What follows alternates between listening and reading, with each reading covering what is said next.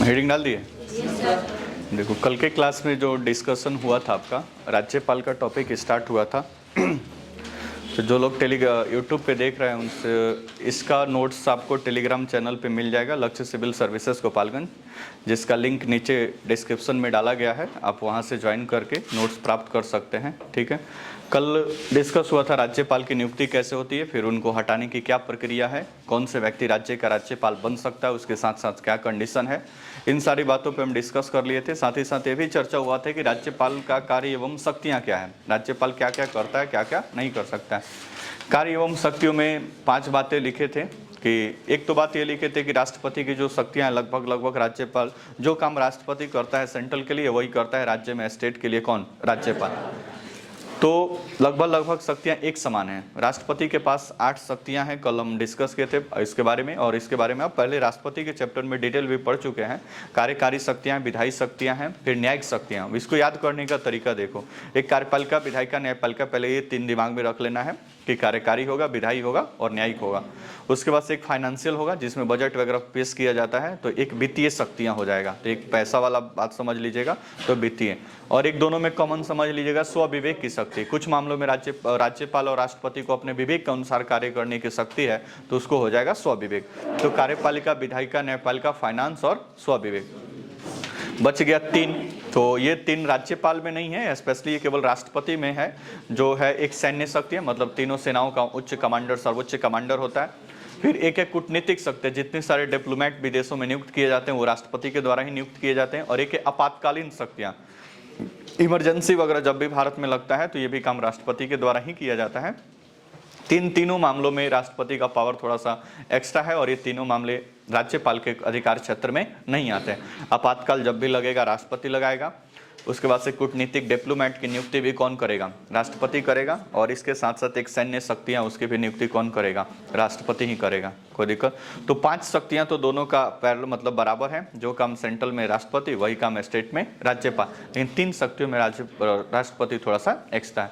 अब देखो, एग्जामिनेशन में क्वेश्चन पूछेगा तो थोड़ा सा टॉप लेवल का एग्जाम होगा, वहीं पे पूछेगा कि निम्न में मान लो कि पूछ दे कि प्रधानमंत्री की नियुक्ति इसमें से कौन सी शक्ति के अंतर्गत आता है, कार्यकारी शक्ति है कि विधायी शक्ति है कि न्यायिक शक्तियां हैं। तो ये बड़े बड़े एग्जामिनेशन में ही इस प्रकार का, सामान्यतः ग्रेजुएशन लेवल के मतलब लेवल पे आप एग्जाम देते हैं तब भी इस प्रकार से कि पार्लियामेंट के सत्र को बुलाना ये कौन सी शक्ति के अंतर्गत आता है, महान्यायवादी की नियुक्ति ये कौन से अधिकार क्षेत्र के अंतर्गत आता है, तब इक्का दुक्का ऐसा क्वेश्चन बन सकता है। लेकिन सामान्यतः आपको बस इतना दिमाग रखना है कि राष्ट्रपति की क्या क्या शक्ति है, जैसे सत्र बुलाता है, सत्र को खत्म करता है, प्राइम मिनिस्टर की नियुक्ति करता है, या फिर मंत्रियों की नियुक्ति करता है प्राइम मिनिस्टर के सलाह पे, फिर अदर्स जो है मेंबरशिप जैसे chief election commission, finance commission, CAG, इन सब की नियुक्ति करता है। तो ये सब कार्यकारी और विधायी शक्तियां के अंतर्गत आ जाएगा। ठीक है, तो उस तरह से दिमाग में। अब वैसे ही अब राज्यपाल के बारे में देखेंगे, राज्यपाल की कार्यकारी शक्तियां क्या है। ठीक है, वैसे ही उनकी विधायी शक्तियां और ये तमाम चीज़ें। अब इसका नोट्स भेजना था पहले ही, लेकिन कुछ इसमें ऐसे पॉइंट था जो मतलब वो डिटेक्ट करवाना क्लास में जरूरी था, इसलिए उसको हमने नहीं भेजा। ठीक है, देखिए फर्स्ट पॉइंट डैश देकर, राज्य सरकार के सभी कार्यकारी कार्य, राज्य सरकार के सभी कार्यकारी कार्य, सभी कार्यकारी कार्य राज्यपाल के नाम से ही होते हैं। राज्य सरकार के सभी कार्यकारी कार्य राज्यपाल के नाम से ही होते हैं, राज्यपाल के नाम से ही होते हैं। बात तो समझ ही रहे हैं आप। सेंट्रल में ये सब काम किसके नाम से होता था, राष्ट्रपति। यानी बिहार सरकार का जो भी काम होगा उस पे सब पे अंतिम हस्ताक्षर बिहार के राज्यपाल का होगा। उत्तर प्रदेश गवर्नमेंट का कोई भी काम होगा तो अंतिम रूप से उस पर हस्ताक्षर उत्तर प्रदेश के राज्यपाल का होगा। दूसरा लिखे, दूसरा पॉइंट, राज्यपाल मुख्यमंत्री की नियुक्ति करता है, राज्यपाल मुख्यमंत्री की नियुक्ति करता है, मुख्यमंत्री की नियुक्ति करता है, मुख्यमंत्री की नियुक्ति करता है तथा मुख्यमंत्री की सलाह से अन्य मंत्रियों की नियुक्ति करता है, मुख्यमंत्री की सलाह से अन्य मंत्रियों की नियुक्ति करता है, अन्य मंत्रियों की नियुक्ति करता है जो राज्यपाल के प्रसाद पर्यंत पद धारण करते हैं। जो राज्यपाल के प्रसाद पर्यंत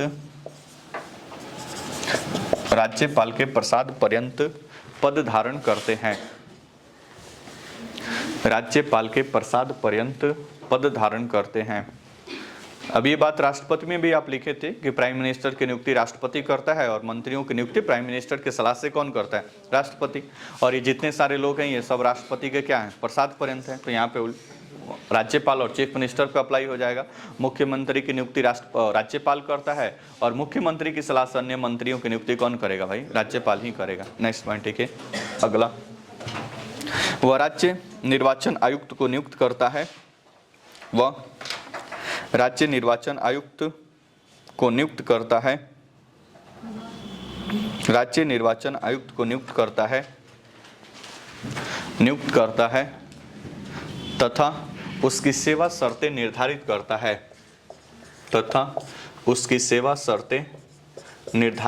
है। राज्य निर्वाचन आयुक्त को नियुक्त करता है तथा उसकी सेवा शर्तें निर्धारित करता है।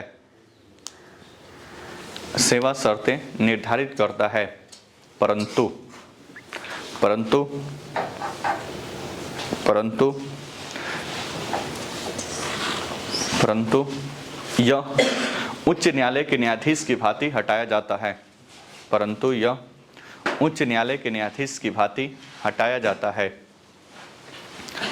यह उच्च न्यायालय के न्यायाधीश की भांति हटाया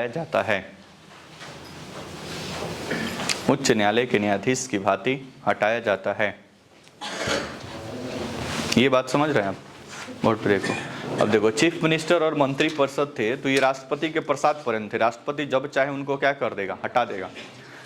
लेकिन राज्य के निर्वाचन आयुक्त, अच्छा, इलेक्शन कमीशन एक सेंटर में भी है, सेंट्रल इलेक्शन कमीशन, जिसकी जो चीफ होता है उसकी नियुक्ति राष्ट्रपति करता है। काफ़ी विवाद अभी 2-3 दिन से चल रहा है इस पर। सुप्रीम कोर्ट के मुख्य न्यायाधीश ने इस पर थोड़ा सा कमेंट कर दिए हैं कि जो चीफ इलेक्शन कमीशन है उसको प्रभावों से मुक्त रहना पड़ेगा, नहीं तो वो धोखाधड़ी इधर उधर में फंस जाएगा तो फिर डेमोक्रेसी का कोई मतलब नहीं रह जाएगा।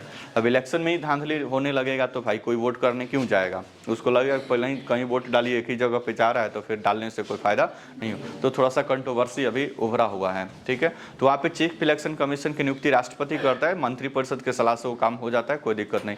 राज्य में पहुंचेंगे तो राज्य में जो इलेक्शन कमीशन है तो स्टेट की मंत्रिपरिषद के सलाह से राज्यपाल कर देगा। लेकिन इनको हटाना इतना आसान नहीं है, मतलब प्रसाद पर्यंत ये नहीं है। ये राज्यपाल जब भी राज्यपाल इनको अपने मर्जी से हटा नहीं सकता। इनको हाई कोर्ट के न्यायाधीश जिस प्रकार से हटेगा वैसे इनको पार्लियामेंट के द्वारा क्या किया जाएगा? हटाया जाएगा। कहने का मतलब ये राष्ट्रपति के प्रसाद पर्यंत नहीं है। नेक्स्ट लिखिए अगला पॉइंट। वह मतलब राज्यपाल, वह राज्य के महाधिवक्ता की नियुक्ति करता है। वह राज्य के महाधिवक्ता की नियुक्ति करता है।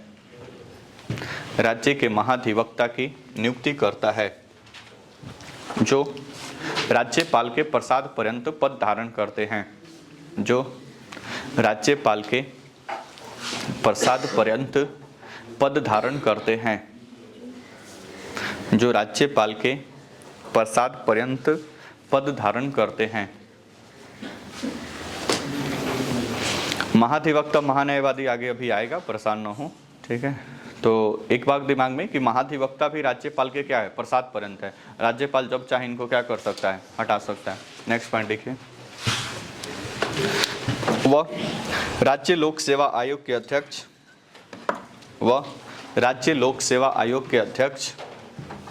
एवं सदस्यों की नियुक्ति करता है। वह राज्य लोक सेवा आयोग के अध्यक्ष राज्य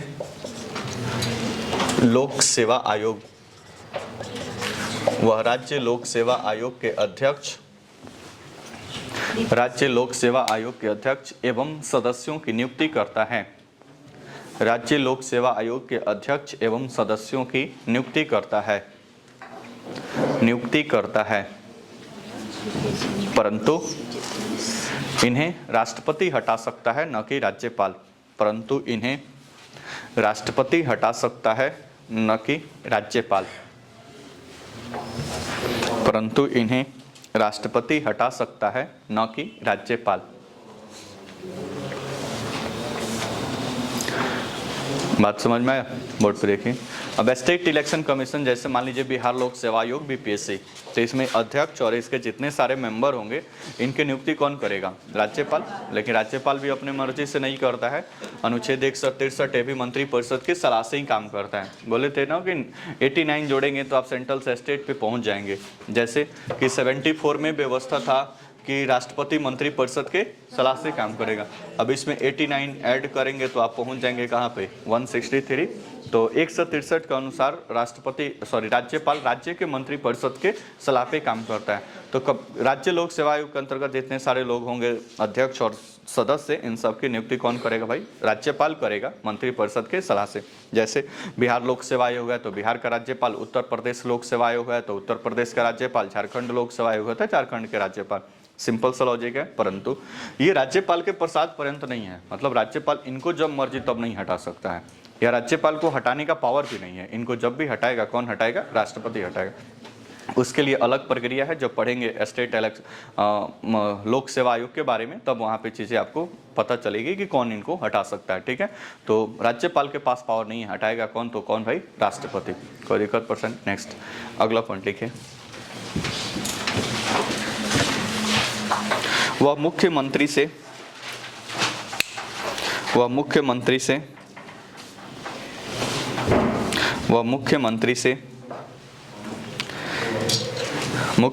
से प्रशासनिक मामलों पर सलाह मांग सकता है। वह मुख्यमंत्री से प्रशासनिक मामलों पर जानकारी प्राप्त कर सकता है। लिखिए, प्रशासनिक मामलों पर जानकारी प्राप्त कर सकता है। प्रशासनिक मामलों पर जानकारी प्राप्त कर सकता है। जानकारी प्राप्त कर सकता है। नेक्स्ट, वह राज्य के अगला पॉइंट, वह राज्य के विश्वविद्यालयों का कुलाधिपति होता है। वह राज्य के विश्वविद्यालयों का कुलाधिपति होता है। कुलाधिपति होता है तथा, अभी बता रहे हैं क्या होता है, तथा वह राज्य के विश्वविद्यालयों के कुलपतियों की नियुक्ति करता है। तथा वह राज्य के विश्वविद्यालयों के कुलपतियों की नियुक्ति करता है। राज्य के विश्वविद्यालय के कुलपतियों की नियुक्ति करता है। नियुक्ति करता है। राज्य के विश्वविद्यालय के कुलपतियों की नियुक्ति करता है। बोर्ड पे देखिए, नियुक्ति करता है। अब कुलपति मतलब कि हेड ऑफ द यूनिवर्सिटी उसको बोला जाता है। जैसे बोर्ड पे देखिए, मान लो कि जयप्रकाश यूनिवर्सिटी है, जेपी यूनिवर्सिटी, कोई दिक्कत परेशानी। अब इसके अंतर्गत बहुत सारे कॉलेज अटैच हैं, ये सब कॉलेज, तो सब कॉलेज का अपना अपना प्रिंसिपल होता है, आप समझते ही हैं प्रिंसिपल। जैसे कमला राय का अपना प्रिंसिपल है, एसएस बालिका का अपना प्रिंसिपल है, सबका अपना अपना। तो ये तो सब कॉलेज के हिसाब से डिसाइड होता है, गवर्नमेंट ये डिसाइड करती है कि कौन कहाँ पे प्रिंसिपल रहेगा, उसकी सेवा शर्त के हिसाब से सारी चीज़ें सीनियरिटी के हिसाब से डिसाइड होता है। लेकिन इसके ऊपर जो यहाँ पे होगा, इन सभी कॉलेजों का हेड, जो यूनिवर्सिटी का हेड होता है, जिसको बोलते हैं कुलपति, वीसी जिसको बोला जाता है कुलपति। अब इसकी जो नियुक्ति होगा वो राज्य का कौन करेगा? राज्यपाल करेगा। कोई दिक्कत परेशानी? हालांकि ये राज्यपाल करेगा, लेकिन किसके सलाह से? वो मंत्रिपरिषद के सलाह से ही होगा, लेकिन कुलपतियों की नियुक्ति कौन करेगा? राज्यपाल। अच्छा, अब सभी यूनिवर्सिटी का अपना अपना वीसी या कुलपति जब चुन लिया गया, मान लीजिए जेपी यूनिवर्सिटी का, पटना यूनिवर्सिटी का, मगध यूनिवर्सिटी का, मुजफ्फरपुर यूनिवर्सिटी का, अलग अलग यूनिवर्सिटी का चुने, फिर इनका भी हेड होगा कोई। जैसे यहाँ पे इनका सब हेड, तो फिर इनका भी अलग अलग हेड होगा, जिसको बोलते हैं कुलाधिपति। तो ये खुद स्टेट का कौन होगा? गवर्नर होगा। मतलब सभी यूनिवर्सिटी का जो हेड है, उनका हेड कौन होगा? गवर्नर, जिसको हम बोलते हैं कुलाधिपति। कुलपतियों की नियुक्ति करेगा और खुद ये सभी का हेड होगा, जिसको हम कुलाधिपति के नाम से जानते हैं। अब इसी बात पे केरल में अभी, अच्छा, तो अब बिहार में एक कानून पारित हुआ नीतीश गवर्नमेंट के द्वारा कि जितने सारे इंजीनियरिंग कॉलेज है और मेडिकल कॉलेज के यूनिवर्सिटी हैं, वहाँ पे जो नियुक्ति का प्रक्रिया है वो चीफ मिनिस्टर के हाथ में ले लिया उन्होंने। तो यहाँ तो परिवर्तन हो गया, कोई दिक्कत नहीं, क्योंकि दोनों सेम सरकार थी, राज्यपाल, और ये विधेयक पारित हो गया। ऐसा ही कानून ममता बनर्जी ने बना दिया कि कुलपतियों की नियुक्ति अब राज्यपाल नहीं करेगा, कौन करेगा? Chief minister. थोड़ा सा विवाद हुआ। अभी लेटेस्ट विवाद जो आपको राज्यपाल के टॉपिक स्टार्टिंग से पहले बताए थे कि वहाँ पे भी ये अधिकार राज्यपाल से छीन कर वहाँ पे स्टेट चीफ मिनिस्टर को दिया जा रहा था। लेकिन अल्टीमेटली उस पर लास्ट हस्ताक्षर चूंकि राज्यपाल का, इसलिए थोड़ा सा वहाँ पे कंट्रोवर्सी हो गई है इस बात को लेकर। फिलहाल मैं इतना समझता है कि इनके कार्यकारी अधिकार के अंतर्गत ही आता है कुलपतियों की नियुक्ति करना, और इस सब का हेड ये खुद कुलाधिपति होते हैं। नेक्स्ट पॉइंट देखिए, अगला हेडिंग डालिए, विधायी शक्ति। विधायी शक्ति,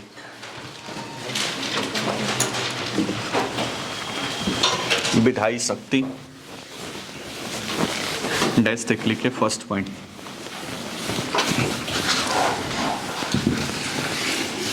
तो राष्ट्रपति वहां पे संसद का सत्र बुलाता था, तो यहाँ पे विधानमंडल के सत्र लिखिए। पहला पॉइंट, वह राज्य विधानसभा के सत्र को आहूत, वह राज्य विधानसभा के सत्र को आहूत, आहूत मतलब बुलाना, आहूत कमा सत्रावसान, सत्रावसान मतलब खत्म करना, सत्रावसान तथा विघटित कर सकता है, तथा विघटित कर सकता। वह राज्य विधानसभा के सत्र को आहूत कमा सत्रावसान एवं विघटित कर सकता है, विघटित कर सकता है। विघटित मतलब समझते हैं पूरी तरह से क्या हो जाना, समाप्त हो जाना। बहुत देखिए, तो राज्य विधानसभा का सत्र बुलाएगा, सत्र को समाप्त करेगा, और वो विधानसभा को क्या कर देगा, विघटे। कहीं पे विधान परिषद है तो वह स्थायी सदन है, कभी विघटित नहीं होता है। तो ये लोकसभा की भांति समझ जाना है। उसके सत्र को बुलाएगा, सत्रावसान करेगा, और उसको समय पर चाहे तो विघटित भी कर सकता है। नेक्स्ट पॉइंट देखिए, दूसरा, वह विधानमंडल के प्रत्येक चुनाव के पश्चात, वह विधानमंडल के प्रत्येक चुनाव के पश्चात, विधानमंडल के प्रत्येक चुनाव के पश्चात और विधानमंडल के प्रत्येक चुनाव के पश्चात और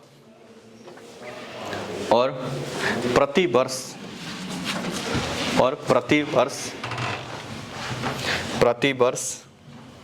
के पहले सत्र को संबोधित करता है, और प्रतिवर्ष के पहले सत्र को संबोधित करता है, प्रतिवर्ष के पहले सत्र को संबोधित करता है, प्रतिवर्ष के पहले सत्र को संबोधित करता है। पंडिराम, ये तो राष्ट्रपति के चैप्टर में भी लिखे थे ना, मतलब जब भी विधानसभा का नया चुनाव होगा तो जितने सारे विधानसभा के मेंबर चुन कर आएंगे तो 5 साल पर एक बार तो करेगा सभी विधानसभा के सदस्यों को संबोधित। लेकिन प्रत्येक साल का जो पहला सत्र होता है, कौन सा सत्र, बजट सत्र। जैसे बिहार में स्टार्ट होगा अभी कुछ दिन के बाद, तो बजट सत्र होगा। तो बजट सत्र के पहले दिन राज्यपाल जाकर क्या करेगा, संबोधित। सेंट्रल में यही काम कौन करता था, राष्ट्रपति करता था। नेक्स्ट पॉइंट देखिए, तीसरा,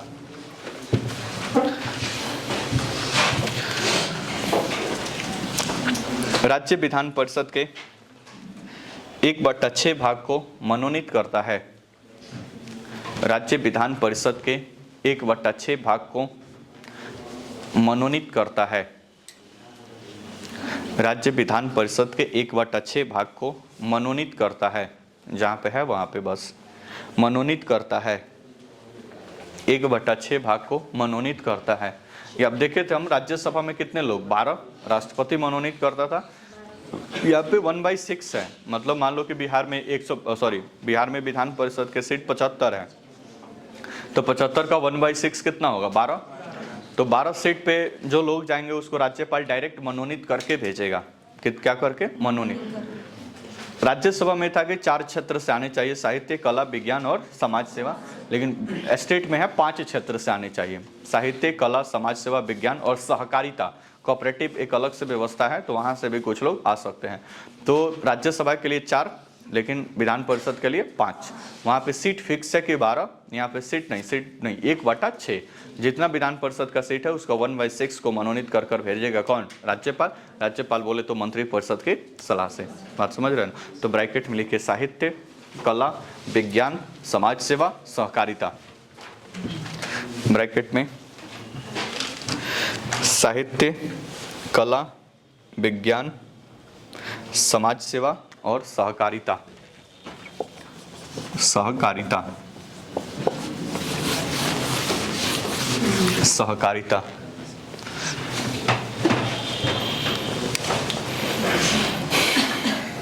अब एंग्लो इंडियन एक था मनोनयन करने का प्रावधान, लेकिन जैसे लोकसभा से खत्म हुआ, यहाँ से भी क्या हो गया, खत्म हो गया। नेक्स्ट लिखिए अगला पॉइंट। राज्य विधानमंडल से पारित किसी विधेयक को राज्य विधानमंडल से पारित किसी विधेयक को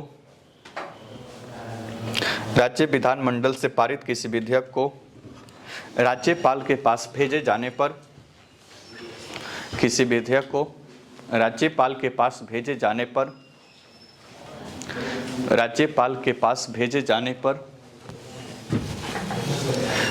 राज्यपाल के पास भेजे जाने पर वह डैश राज्यपाल के पास भेजे जाने पर वह डैश। बोर्ड पे देखो, जैसे पार्लियामेंट से कोई भी बिल पारित हुआ तो प्रेसिडेंट के पास गया, तो प्रेसिडेंट के पास कितने ऑप्शन थे भाई, 3। याद है कि भूल गए? याद है। प्रेसिडेंट के पास कितने, 3, लेकिन गवर्नर के पास 4 ऑप्शन है। कोई दिक्कत? तो इस हिसाब से देखे तो थोड़ा सा उसका एक्स्ट्रा पावर है किसके पास, गवर्नर के पास। कैसे? बोर्ड पे देखो, एक तरफ लिख रहे हैं हम राष्ट्रपति, यानी कोई भी बिल अगर पार्लियामेंट से पारित होकर जाता है तो राष्ट्रपति क्या क्या कर सकता है उसके साथ। दूसरा कंडीशन है कि कोई बिल अगर राज्य विधानमंडल से पारित होता है तो राज्यपाल क्या क्या कर सकता है उसके साथ। कोई दिक्कत परेशानी? कंडीशन नंबर फर्स्ट, राष्ट्रपति क्या करेगा भाई, अगर वो बिल सही समझता है तो उस पर हस्ताक्षर यस कर देगा, वो एक्ट बन जाएगा। कोई दिक्कत परेशानी?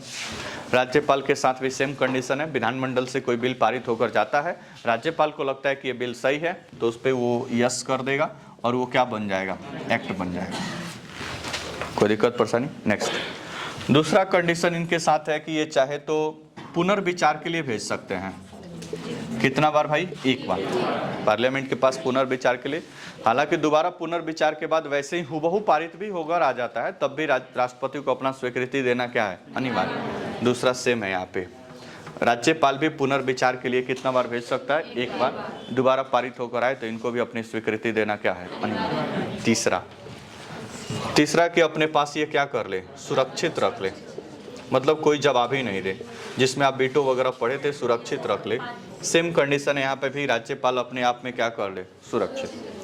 इसके पास राष्ट्रपति के पास कोई चौथा ऑप्शन नहीं है, लेकिन राज्यपाल के पास है। राज्यपाल के पास एक ऑप्शन ये है कि राष्ट्रपति के लिए आरक्षित कर ले। किसके लिए भाई, राष्ट्रपति के लिए। मतलब बोलेगा भाई राज्यपाल कि हमारा दिमाग इस पे काम नहीं कर रहा है, इसको हम राष्ट्रपति के पास भेज देते हैं और राष्ट्रपति समझेगा कि इसके साथ क्या होगा। कोई दिक्कत परेशानी? तो मान लीजिए कि कोई बिल राष्ट्रपति के लिए आरक्षित किया गया, तब ये राज्यपाल की अब कोई भूमिका नहीं है। एक ही बार ये राज्यपाल के ऑफिस से निकलेगा और ये घूमते फिरते पहुंच जाएगा राष्ट्रपति आवास, राष्ट्रपति के पास। अब राष्ट्रपति के पास जाएगा तो अब राष्ट्रपति के पास क्या ऑप्शन है। मान लीजिए कि बिहार सरकार ने दारू बंद पे कोई कानून बनाया, राज्यपाल चाहते नहीं है कि दारू बंद हो, क्योंकि वो भी मान लीजिए कुछ के बेटे होते हों, तो नहीं चाहते हैं कि बंद हो, तो बोलेंगे कि भाई कानून तो ठीक नहीं है, इसको जितना दिन होल्ड कर लें तो उतना दिन तो मौका मिल जाएगा, बाद में कोई हमारा ट्रांसफ़र हो जाएगा, यूपी में चले जाएंगे तो बजाबते मिल रहा है, कोई दिक्कत परेशानी नहीं हो। ऐसा कोई बात नहीं। तो मान लीजिए कि वो आरक्षित कर लेता है।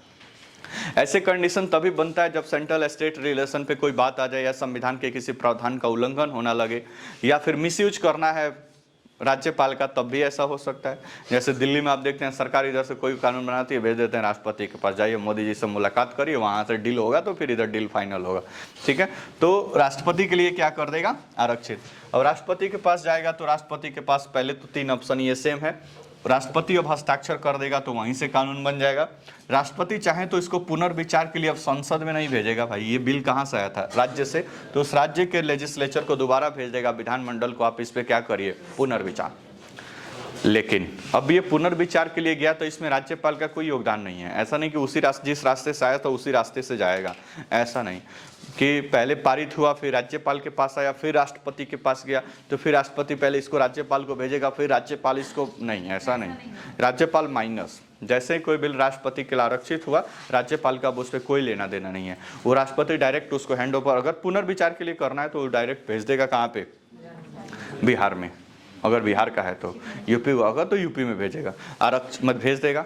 अब विधानमंडल से दोबारा पारित होगा तो दोबारा पारित होकर वापस अब राज्यपाल की कोई भूमिका नहीं है, एक ही बार ये कहाँ जाएगा, राष्ट्रपति। अब राष्ट्रपति के साथ खासियत है कि पार्लियामेंट में देखे कि दोबारा पुनर्विचार करके आए तो हस्ताक्षर करना अनिवार्य है, लेकिन ये दोबारा भी आए तब भी हस्ताक्षर करना अनिवार्य नहीं है। वो चाहे तो अभी भी अपने पास सुरक्षित करके रख सकता है या जैसे मर्जी उसके साथ बिहेव कर सकता है, अभी भी उस बाध्य नहीं है कि उस पर क्या करे, हस्ताक्षर करे।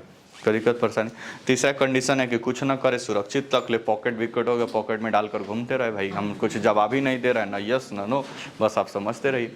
दूसरी बात, ये कंडीशन अप्लाई ही नहीं है कि कितने दिन में इसको रिफंड कर, मतलब वापस भेज देना है। भारत के संविधान में ये कहीं नहीं लिखा गया कि आप आरक्षित कर लिए तो 10 दिन के बाद भेजवा दीजिए, ऐसा कोई व्यवस्था नहीं है। राष्ट्रपति जब मर्जी चाहे तब तक इसको आरक्षित कर लेगा, राज्यपाल जब तक चाहे तब तक आरक्षित कर लेगा।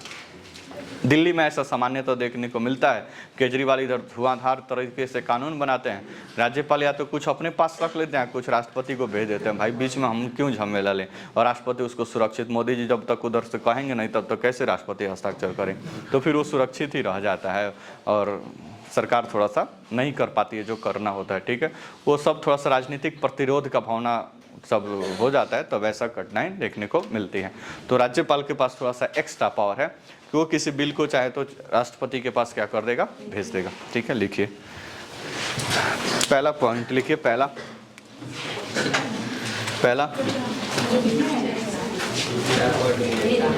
वह डैश देकर 4 पॉइंट में फर्स्ट पॉइंट लिखिए, वह हस्ताक्षर कर दे। पहला, वह हस्ताक्षर कर दे। दूसरा, पुनर्विचार के लिए वापस लौटा दे। दूसरा, पुनर्विचार के लिए वापस लौटा दे।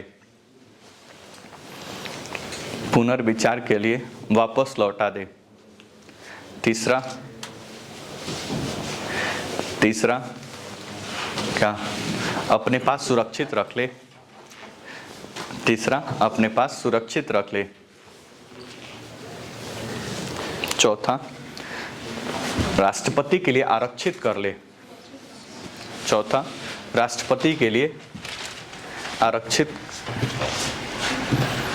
राष्ट्रपति के लिए सुरक्षित रख ले, लिख लीजिए, राष्ट्रपति के लिए सुरक्षित रख ले।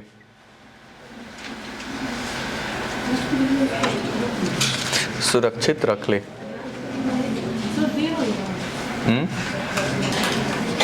क्या हुआ? अब कितना देर, मतलब बोला कि हम राष्ट्रपति के हैंड ओवर कर दियो, जब मर्जी तब भेज दे, कोई दिक्कत परेशानी नहीं है। तो कहने का मतलब कि इस पे राज्यपाल के पास अब कोई पावर नहीं है। बोले कि राष्ट्रपति के पास चला गया है तो राष्ट्रपति अब डिपेंड करता है कि कब उसको वापस करता है, कब नहीं करता है। नेक्स्ट पॉइंट देखिए, अगला, विधायी शक्ति में,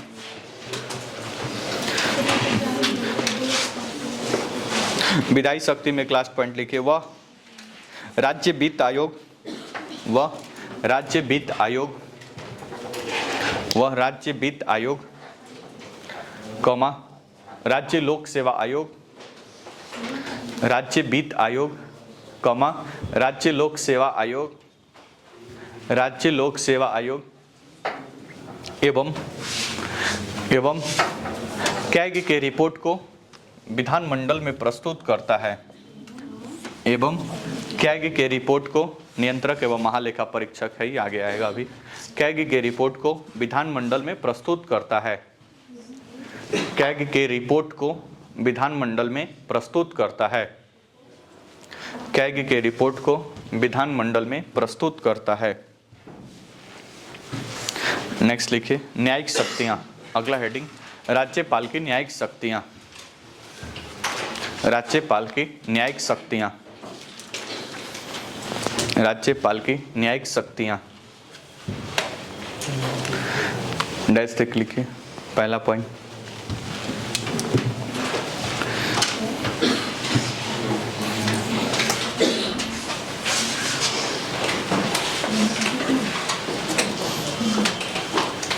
वह उच्च न्यायालयों के साथ विचार कर, वह उच्च न्यायालयों के साथ विचार कर, वह उच्च न्यायालयों के साथ विचार कर, उच्च न्यायालयों के साथ विचार कर, जिला न्यायाधीशों की नियुक्ति, जिला न्यायाधीशों की नियुक्ति, क्या हुआ, जिला न्यायाधीशों की नियुक्ति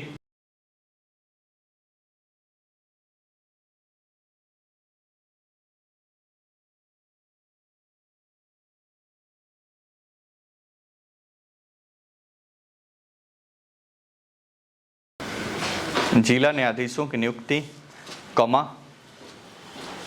स्थानांतरण, ट्रांसफर इधर से उधर, जिला न्यायाधीशों की नियुक्ति, कमा, स्थानांतरण एवं पदोन्नति करता है, एवं पदोन्नति करता है, प्रमोशन, पदोन्नति करता है, पदोन्नति करता है, प्रमोशन। और फिर देखिए कहने मतलब डिस्ट्रिक्ट कोर्ट में आपके जो ये जिला न्यायालय है इसमें जितने सारे न्यायाधीश हैं वो न्यायाधीशों की नियुक्ति राज्यपाल करेगा, लेकिन वो राज्य के हाई कोर्ट से क्या करेगा, सलाह लेगा। यहाँ पे मंत्रिपरिषद की सलाह नहीं लेता है, वो राज्य के हाई कोर्ट का सलाह लेता है। ठीक है, नेक्स्ट लिखिए अगला पॉइंट, एक पॉइंट और इसमें लिख लीजिए। नेक्स्ट हेडिंग डालिए वित्तीय शक्तियाँ। अगला हेडिंग राज्यपाल की वित्तीय शक्तियाँ, राज्यपाल की वित्तीय शक्तियाँ, वित्तीय शक्तियाँ। नेक्स्ट देख लिखिए, वह राज्य सरकार के बजट को, वित्तीय शक्तियाँ डैश देकर, वह राज्य सरकार के बजट को, बजट नहीं लिखा गया, वार्षिक वित्तीय विवरण, वह राज्य सरकार के बजट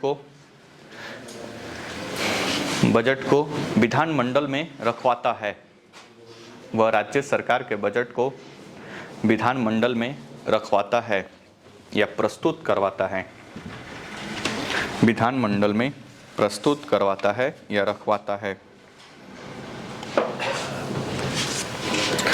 एक छोटा सा नीचे हेडिंग डालिए, राज्यपाल की संवैधानिक स्थिति, राज्यपाल की संवैधानिक स्थिति, राज्यपाल की संवैधानिक स्थिति, संवैधानिक स्थिति,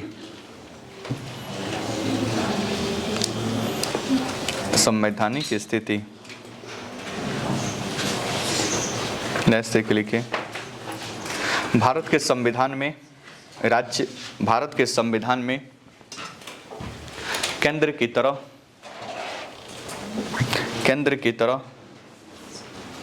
राज्य में भी, भारत के संविधान में केंद्र की तरह राज्य में भी संसदीय व्यवस्था को अपनाया गया है, राज्य में भी संसदीय व्यवस्था को अपनाया गया है, संसदीय व्यवस्था को अपनाया गया है, अपनाया गया है, पूर्ण विराम, और पूर्ण विराम के बाद लिखिए राज्यपाल, राज्यपाल, राज्यपाल नाम मात्र का कार्यकारी प्रमुख होता है, राज्यपाल नाम मात्र का कार्यकारी प्रमुख होता है, नाम मात्र का कार्यकारी प्रमुख होता है, जबकि वास्तविक शक्तियां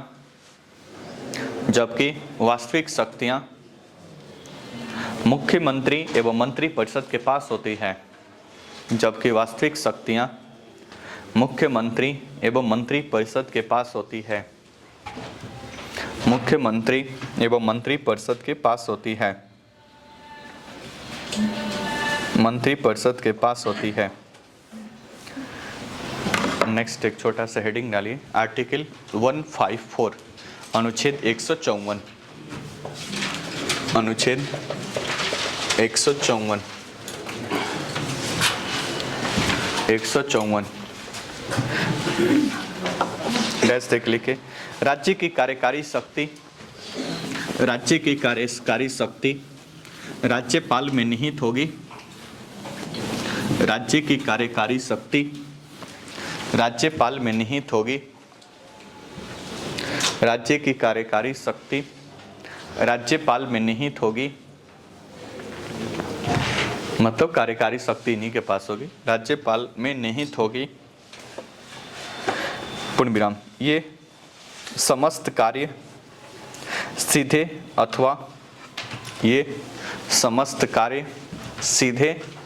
अथवा अधीनस्थ अधिकारियों के माध्यम से संपन्न करेंगे। ये समस्त कार्य सीधे अथवा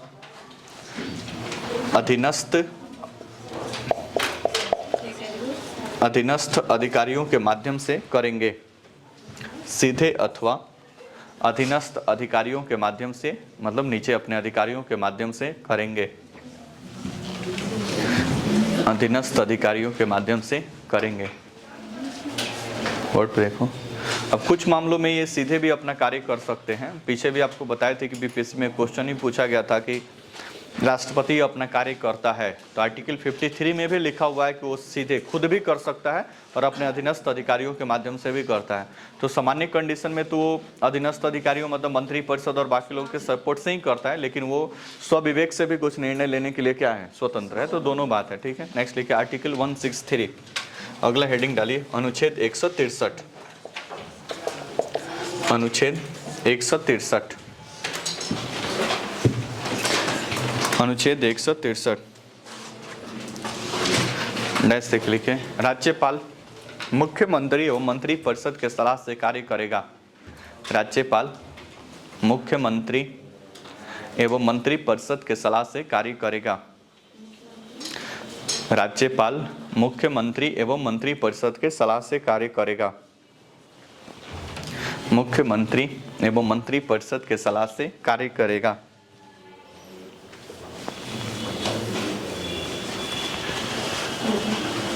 सलाह से कार्य करेगा।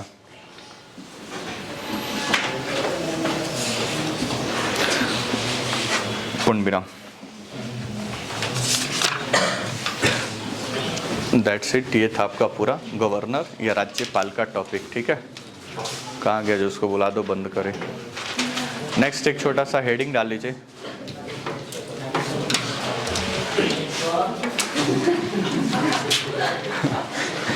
बंद कर दो।